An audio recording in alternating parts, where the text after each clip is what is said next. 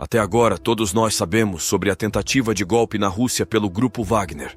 O proprietário da empresa militar privada Wagner, Yevgeny Prigozhin, está intensificando seu desafio direto ao Kremlin. Hoje, Yevgeny Prigozhin, líder do grupo de mercenários Wagner, afirmou que suas forças deixaram a Ucrânia e estão se dirigindo à Rússia.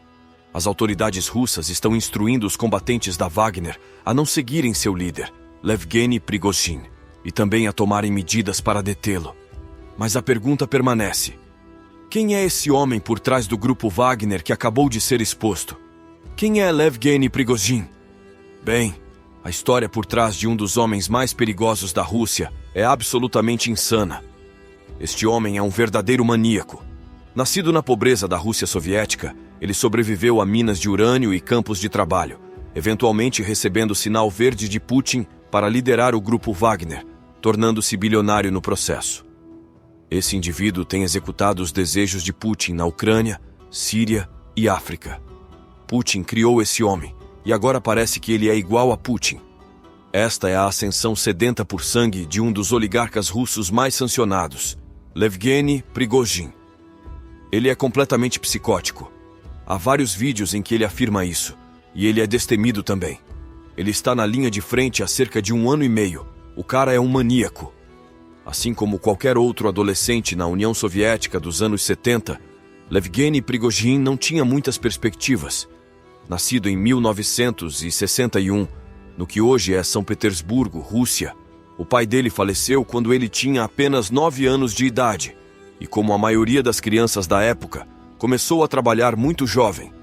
No entanto, ao contrário das crianças americanas da mesma idade que trabalhavam em lanchonetes, ou algo assim para ganhar um pouco de dinheiro extra, Prigozhin acabou trabalhando em uma mina de urânio na Ucrânia, tentando juntar dinheiro suficiente apenas para sobreviver. E como você pode imaginar, trabalhar em uma mina de urânio soviética era extremamente difícil. Os trabalhadores recebiam quase nada, eram expostos a metais radioativos e eram explorados até o limite pelo Império Vermelho. Portanto, quando Prigozhin mostrou talento para o esqui e foi recrutado da equipe Mazda para se tornar um esquiador profissional, ele pensou que finalmente havia tido uma chance de se tornar algo maior. No entanto, sua sorte não durou muito. Apenas alguns anos após o início de sua nova carreira, Prigozhin se machucou e foi forçado a deixar a escola. Mas dessa vez algo havia mudado. Ao contrário dos pobres camponeses famintos de onde ele vinha, Prigozhin agora havia provado a oportunidade e desejava conquistar algo grandioso para si mesmo. Porém, com apenas 18 anos e sem dinheiro, ele não tinha muitas opções. Então ele optou na que para ele era a única disponível: o crime. Em 1979, Prigozhin foi pego roubando e recebeu uma sentença suspensa. Ele era jovem e era sua primeira infração. Então o tribunal achou que a simples possibilidade de ficar em um campo de trabalho soviético o assustaria o suficiente para mudar de comportamento. Mas eles estavam errados. Yevgeny estava desesperado, o que o tornava perigoso, e apenas 2 anos depois, ele foi pego novamente e condenado por roubo à mão armada e fraude. Sua punição foi de 13 anos em um campo de trabalho forçado. Para a maioria dos russos, isso teria sido quase como uma sentença de morte, mas Yevgeny era resistente e não estava disposto a deixar um pouco de trabalho duro e tortura abatê-lo. Então ele começou a ler. Sempre que era colocado em confinamento solitário, ele lia qualquer livro disponível. Os guardas da prisão o viam lendo muito e pensavam que era um comportamento corretivo, ou que ele tinha se arrependido de seus pecados e mudado suas atitudes. Porém, ele não estava realmente se arrependendo. Ele percebeu que se o crime continuasse o colocando na prisão, ele teria que encontrar um novo jeito de ganhar dinheiro, o que significava que ele teria que se educar. Em 1988, o Supremo Tribunal Russo ficou tão impressionado com a mudança de atitude de Yevgeny que reduziu sua sentença para 10 anos. Ele estaria livre em 1990. Mesmo após passar uma década em uma das prisões mais cruéis da Terra, o fogo dentro de Yevgeny não havia se apagado. Ele ainda queria se tornar algo grandioso, só precisava da oportunidade certa.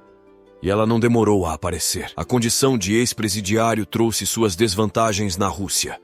Ninguém estava disposto a contratar alguém que tinha passado 10 anos na prisão. Levgeny foi forçado a se contentar com um emprego sem futuro, vendendo cachorros quentes em um mercado ao ar livre em São Petersburgo. Não havia como isso lhe render algum dinheiro real, ou pelo menos era o que ele pensava. Veja, no comunismo, as pessoas não podem possuir nada e são muito pobres para luxos como roupas e carros. A única coisa na qual elas podem gastar dinheiro é comida. E em 1990, o governo soviético obrigou os moradores de São Petersburgo a voltarem a racionar sua comida, em vez de apenas poderem comprar. Eles só podiam comprar alimentos com cupons que restringiam o que e quanto eles podiam comprar. Então, quando a comida racionada inevitavelmente não era suficiente, os pais mandavam seus filhos comprar o que pudessem nas ruas, e isso acabava sendo os cachorros quentes de Levgeny. Logo, as rublos estavam se acumulando mais rápido do que sua mãe conseguia contar. E em poucos anos, Levgeny expandiu seu império de cachorros quentes para ter mais de 100 quiosques por toda a cidade, rendendo-lhe sua primeiro $1 milhão. Agora, crescer um império de cachorros quentes já é muito impressionante por si só. Mas o que é ainda mais impressionante é que Levgeny conseguiu isso na Rússia durante os anos 90, uma época insana em que o país estava fazendo a transição do comunismo para um mercado mais livre. Era o velho oeste selvagem, e os únicos que entravam nos negócios eram ou gangsteres, ou empresários corajosos o suficiente para lutar e matar outros gangsteres. E Levgeny era um deles.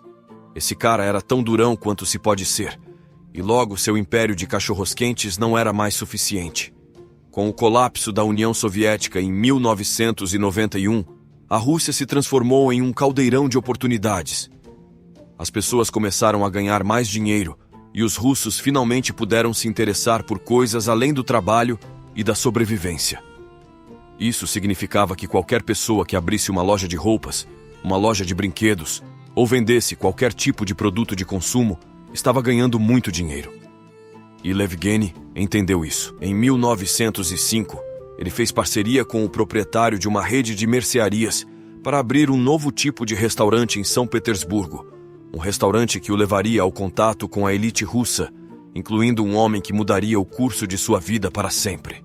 Levgeny tinha grandes sonhos para seus novos restaurantes, pois à medida que mais russos começaram a ganhar dinheiro, eles passaram a procurar mais lugares para gastá-lo. Uma das coisas que eles desejavam, mas que a Rússia não tinha, era um restaurante de luxo e alta gastronomia. Segundo Levgeny, seus clientes estavam ansiosos por algo novo em suas vidas e estavam cansados de apenas comer costeletas com vodka. Os jovens russos ricos queriam beber, festejar, e seus vizinhos europeus. Então, Levgeny deu ao povo exatamente o que eles queriam. Ele converteu um barco antigo em um restaurante flutuante que logo se tornou o local de jantar mais elegante de São Petersburgo. O restaurante ficou tão famoso que até Vladimir Putin começou a levar dignitários estrangeiros para comer lá. Putin gostava tanto do restaurante que até comemorou seu aniversário lá em 2003, e Levgeny Prigozhin sempre estava por perto, fazendo o possível para causar uma boa impressão. E funcionou. Segundo Levgeny, Putin gostava de seu estilo. O presidente viu como construí meu negócio, começando com um quiosque. Ele viu como agora estou acima de servir um prato. No final dos anos 2000, Levgeny abriu uma empresa de catering focada em contratos governamentais. Graças às suas conexões e popularidade, ele acabou fornecendo alimentos ao Kremlin, ganhando o apelido de chefe de Putin. Considerando o número de pessoas e países que queriam envenenar o governo russo sempre que tinham a chance, conseguir esse emprego era uma prova de quanto Putin confiava em Levgeny. No início dos 2000, Levgeny Prigozhin acreditava que finalmente havia conseguido. Ele tinha a confiança da elite russa e, em 2012, recebeu um contrato para fornecer alimentos ao exército russo no valor de $1,2 bilhão. Em algum momento durante esse período, Prigozhin se tornou um bilionário e a vida não poderia estar melhor. No entanto, em 2014, a Rússia invadiu a Crimeia e, de repente, um novo mundo de possibilidades se abriu para o chefe de Putin. Graças à invasão da Crimeia pela Rússia, foi ridiculamente fácil conquistar o território em pouco mais de alguns meses, A Crimeia passou de ser parte da Ucrânia para estar quase completamente sob controle da Rússia. Isso deu a Vladimir Putin uma ideia. Se uma parte da Ucrânia foi tão fácil de tomar, por que não tomar outra? E desta vez, seu alvo era a região de Donetsk. No entanto, não foi tão simples dessa vez. O governo pró-russo da Ucrânia havia acabado de ser derrubado, o que significava que soldados russos teriam mais dificuldade em tomar território e enviar milhares de russos de volta para casa em sacos mortuários não era uma boa imagem para a presidência de Putin. Se ele realmente quisesse tomar a Ucrânia, ele teria que fazê-lo discretamente.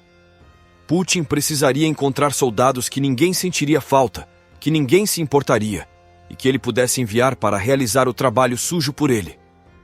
Foi quando Prigozhin teve uma ideia brilhante: recrutar os indesejáveis da Rússia. Ele propôs a ideia de ir a todas as prisões e campos de trabalho na Rússia e oferecer aos criminosos mais brutais e violentos a oferta de suas vidas, juntar-se à luta na Ucrânia e ganhar a liberdade. Era genial. Ninguém se importaria se um monte de criminosos violentos morresse. Seria uma boa notícia. Para esses prisioneiros que iam apodrecer na prisão de qualquer maneira, mesmo a menor chance de sair da prisão era boa o suficiente para ser aproveitada. E Prigozhin era o homem certo para o trabalho. Putin confiava nele. Ele era duro como uma rocha, e ele mesmo tinha passado mais de 10 anos na prisão. Lembre-se disso. Ele sabia exatamente como apelar para esses prisioneiros desesperados. Junte-se a mim e você pode se tornar tão rico e poderoso quanto eu. E sua estratégia de persuasão deu certo. Em 2014, o Grupo Wagner foi formado com Yevgeny Prigozhin como líder secreto. O Grupo Wagner se tornou o grupo de mercenários pessoais privados de Prigozhin. Eles se tornaram sua força de combate, e Putin nunca admitiria usá-los ou que eles sequer existissem, enquanto convenientemente os soldados da Wagner começaram a aparecer em qualquer lugar em que a Rússia tinha interesses políticos ou comerciais. Ucrânia, Síria e a maior parte da África se tornaram o playground do Grupo Wagner. Onde quer que fossem, eles roubavam o máximo de recursos naturais possível, enriquecendo ainda mais Prigozhin. Até o final de 2015, Prigozhin havia se tornado muito mais do que apenas o chefe de Putin, e não demorou para que ele começasse a chamar a atenção dos inimigos da Rússia. Prigozhin estava se tornando rapidamente um dos oligarcas mais ricos e influentes da Rússia. Em 2016, ele ajudou a interferir nas eleições presidenciais dos Estados Unidos através de outra empresa que fundou. E embora Prigozhin nunca tenha admitido ser o líder do Grupo Wagner, a maioria do Ocidente sabia que ele era. Assim, ele se tornou um dos oligarcas russos mais sancionados lá fora. Seus negócios foram sancionados. Ele foi sancionado. E até mesmo sua mãe foi alvo de sanções por parte do Oeste. Era uma verdadeira guerra financeira contra o braço direito de Putin. Ele chegou ao ponto até de ser adicionado à lista dos 10 criminosos mais procurados pelo FBI, com uma recompensa de $250 mil. Prigozhin era o homem de confiança de Putin para realizar suas ações sujas. Assim, quando a Rússia invadiu a Ucrânia novamente em 2022, quem mais Putin chamou senão seu velho amigo Prigozhin? Os mercenários da Wagner foram enviados à Ucrânia para assassinar os presidentes. Quando isso não deu certo, eles ficaram para ajudar os soldados russos a lutar no terreno, o que causou que Prigozhin também fosse para a linha de frente em 2022. Ele finalmente admitiu ser o líder do Grupo Wagner e usou essa publicidade para recrutar ainda mais prisioneiros em suas fileiras. Seu argumento era que, se os prisioneiros não lutassem, as crianças russas seriam forçadas a isso. Parecia que Prigozhin havia se dedicado totalmente em apoiar Putin e a invasão russa da Ucrânia, o que tornou o que aconteceu menos de um ano depois surpreendente. Segundo Prigozhin, sua marcha sobre Moscou, em 23 de junho de 2023, não foi um golpe. Para ele, foi um protesto para remover os oficiais militares responsáveis por mentir sobre a guerra na Ucrânia. Mas isso não importava para o resto do mundo. Parecia que Prigozhin estava enfrentando Putin diretamente. Os soldados da Wagner estavam deixando suas posições na Ucrânia e lançando um ataque ao Kremlin. No entanto, se esse fosse realmente o caso, Isso levanta muitas questões. Putin e Prigozhin foram amigos e aliados por anos. Prigozhin havia provado sua lealdade a Putin, mesmo quando Putin estava eliminando oligarcas russos em todo o mundo. Então, por que Yevgeny Prigozhin faria um movimento público? Trair Putin? Ele planejou o golpe com Putin para se livrar de líderes militares russos nos quais ele não confiava? A CIA pagou a Prigozhin para fazer isso? Ou Prigozhin estava simplesmente causando agitação para ver quanto apoio ele poderia obter para derrubar Putin?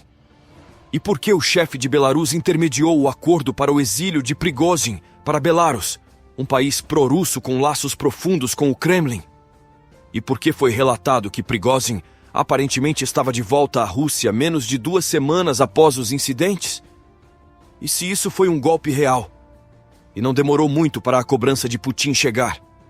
No dia 23 de agosto de 2023, Prigozhin foi morto em um acidente de avião e enterrado em um velório privado.